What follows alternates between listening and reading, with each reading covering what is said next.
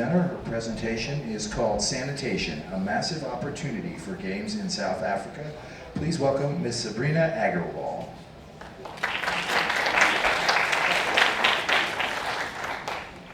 Thank you for having me. I'm actually replacing my boss who told me yesterday that he couldn't make it. So in your program, I think it says Nirmal Bharat, but I'm representing Wash for India and have never really done a presentation before in front of a huge audience. But so thank you very much for being here. And I probably am so nervous that I'm about to shit my pants, which is ironic because I'm supposed to tell you all not to shit your pants because we're talking about sanitation, hygiene. But in an effort to stay calm, I'll stand behind the podium.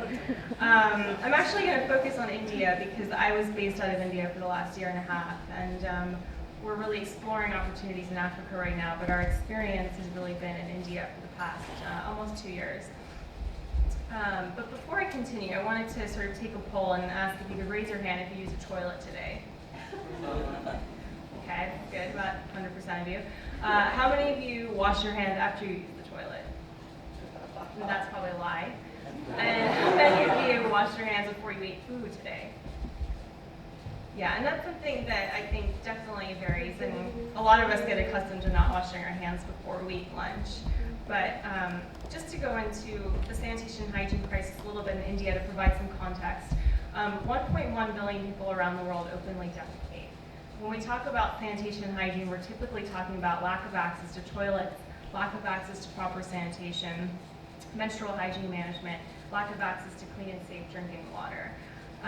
Only about 50% of the world washes their hands after defecating and before eating, which is a shocking statistic and probably very biased. It's actually a lot lower than that.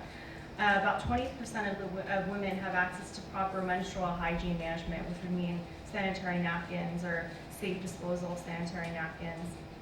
And even fewer have access to clean drinking water. The results are very severe, and the consequences are even worse.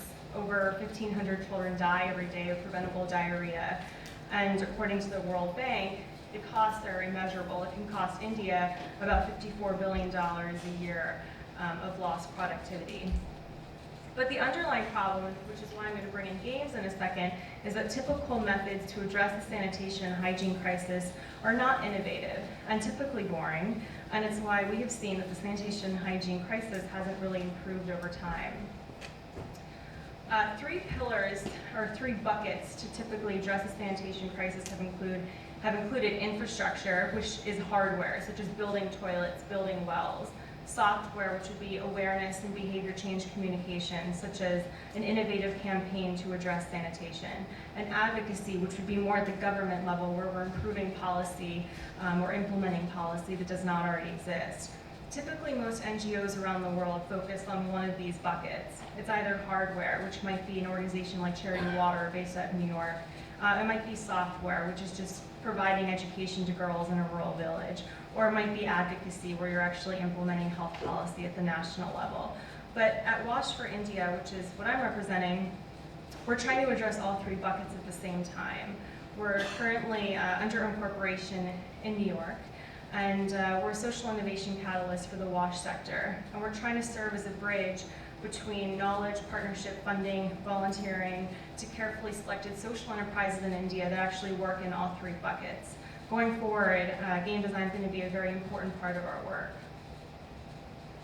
For the past 2 years, I worked at WASH United, which is an innovative NGO that uses sports and celebrities to raise awareness for sanitation and hygiene. Currently, they've done a lot of work in 8 different countries in Africa, and they use football stars like Schweinsteiger and Drogba to serve as football ambassadors for kids in rural areas, promoting sanitation and hygiene. And these stars have actually gone into rural parts of Africa and worked with kids, and kids see these football stars as immense role models, and we've seen that celebrities can have a tremendous impact on promoting behavior change around sanitation and hygiene.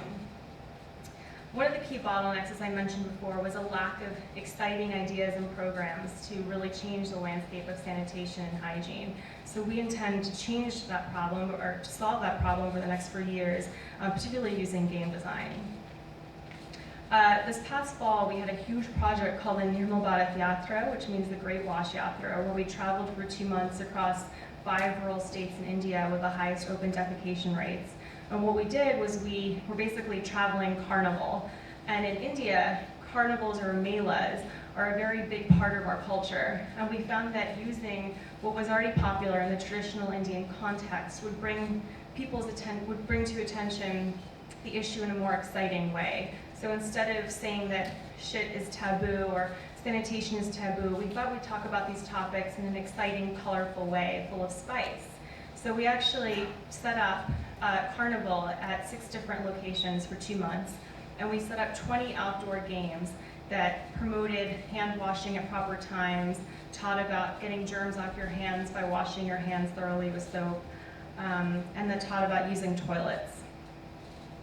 This just shows the map of how we travel. We started sort of in southern India, in Maharashtra. We covered 5 states, and we ended in northeast India in Vaidya. We were a 500-person crew, and as I mentioned before, we had 20 games that were designed by 2 designers that had no game design experience before. And I'll show you some pictures of that in a second. This just shows our partner ecosystem. We worked in close partnership with the government of India, and the Bill and Melinda Gates Foundation funded this project. This is a scene from our opening shot in Varda, and you can see the carnival setup was extremely colorful. Everything was done in Hindi to cater to the local context. And these are some examples of our games. And all of the games were amended to local Indian games or cricket or football. So Poo Marbles, you actually had to shoot a Poo marble into a toilet. Poo in the Loo, where there were different sized toilets with different sized holes. And the smaller the hole, the more number of points. And you had to shoot the Poo in the Loo. So both of those are educating about ending open defecation. Musical toilets, a playoff with musical chairs, where there were 1 fewer toilets than girls, and the last remaining person sitting on the toilet won a prize. Poo Minefield. This is actually really fun. So a friend had to navigate a blindfolded friend through a poo minefield, and if he or she touched the poo, he was out. Again, showing that close contact with poo is detrimental to your health. Full-out diarrhea. So a key theme throughout the Mela was this diarrhea demon, and the whole point through a lot of these games was to kill the diarrhea demon who had a lot of germs. So this was immensely popular. I mean, this was very typical, where there would be lines and lines of boys and girls all day, and cricket in particular is obviously the national sport of India, so this was a really, really popular game. Clean Hands Challenge. You had to hit the germs off the hands, again, teaching about proper hand hygiene. And Ludo, which was based off of the traditional game Ludo.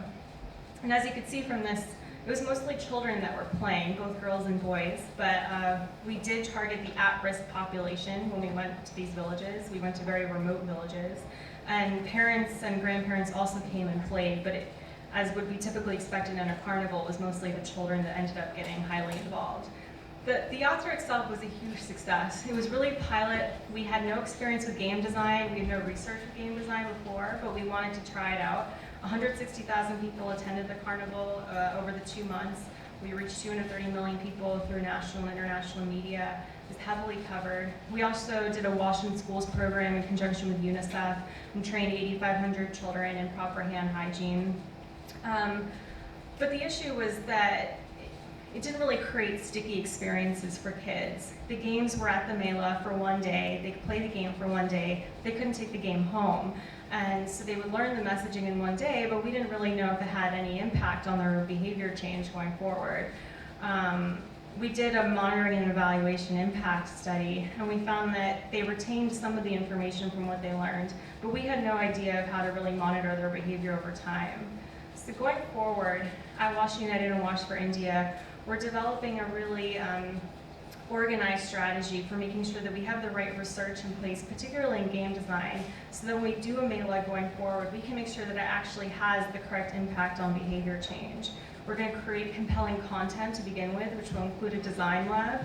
For the design lab, we've already been recruiting top game designers around the world to help us do research for games in India, including Jessica Hammer, who just spoke, Matt Parker, who I believe is in the audience, Greg Trappias, Eric Zimmerman, who will be speaking after me. So there's a lot of potential opportunity if you are interested as a game designer to work in India with us.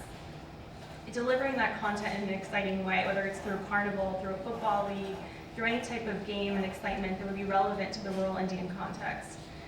Widely disseminating this information through media and advocacy, and then finally evaluating our programs to make sure they work.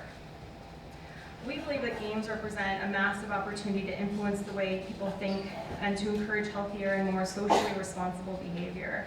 And games are at the center of behavior change, a proven mechanism for alleviating India's sanitation and hygiene crisis. Most of you already in games and psychology and behavior change probably already know some of these quotes or what they're basically getting at, but games are very impactful for leading towards behavior change. Intrinsically, people love to play games. They love to play them over and over again. They love to get to the next level. They love the incentive of winning. So we see this as a really valuable way of tackling the sanitation and hygiene crisis, particularly because games have not yet been developed to tackle this crisis.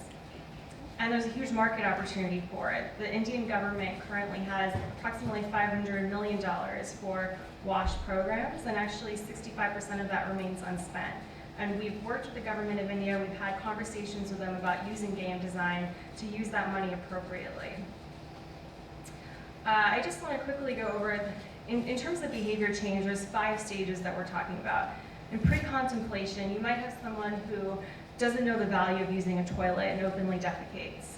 In contemplation, you might have someone who sees the value of using a toilet but still openly defecates.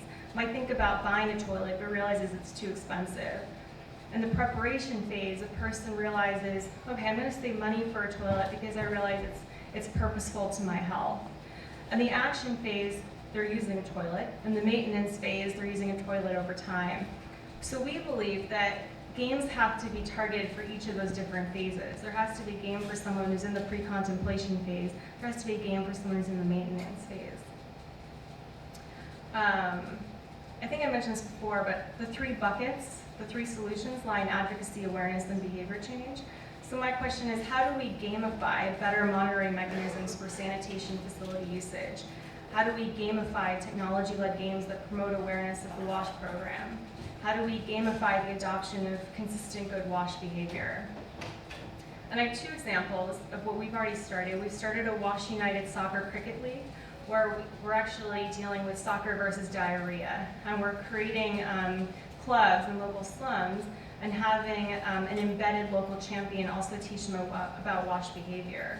And our challenge to you as game designers is, can we create a real-world fantasy football league by giving people a chance to adopt a slum football team and coach them through a high-immersion web platform? Therefore, our model could be pretty sustainable going forward. And finally, with the carnival, which I already mentioned before, and which we're hoping to implement again in smaller pilots going forward and definitely improve, how do we gamify the experience in an even bigger, better way? I have some images of what we're thinking about the carnival will look like going forward. It'll be a pop-up mobile van that travels in different villages in India and will be set up in many different villages at the same time. Those are 2 images created by our design studio. And then my challenge to you is, again, how do we gamify it? Can we build an interactive web layer that allows individuals and organizations to support the Mela by buying it enhancements, buying it games, equipment, people over time? Again, this would be a way to make it more sustainable over time. Last but not least, we are looking for 2 or 3 game designers to come live with us in Delhi. We'd support your living expenses, etc., to create games. And this could be anything from outdoor games like I've showed you, to digital games, to mobile games. An interesting statistic is actually Indians have more access to a mobile phone than they do to a toilet. So mobile games have tremendous market opportunity in India, and we're looking into mobile games in conjunction with the World Bank. So if you are interested in this game design fellowship, it would be between 6 to 8 months. You'd live in Delhi, and you'd have the opportunity to work with our design lab and design a really unique game that has tremendous social impact. Feel free to reach out to our CEO, Anita, who was unable to be here today, or myself, Sabrina, and I really appreciate your time today. Thank you.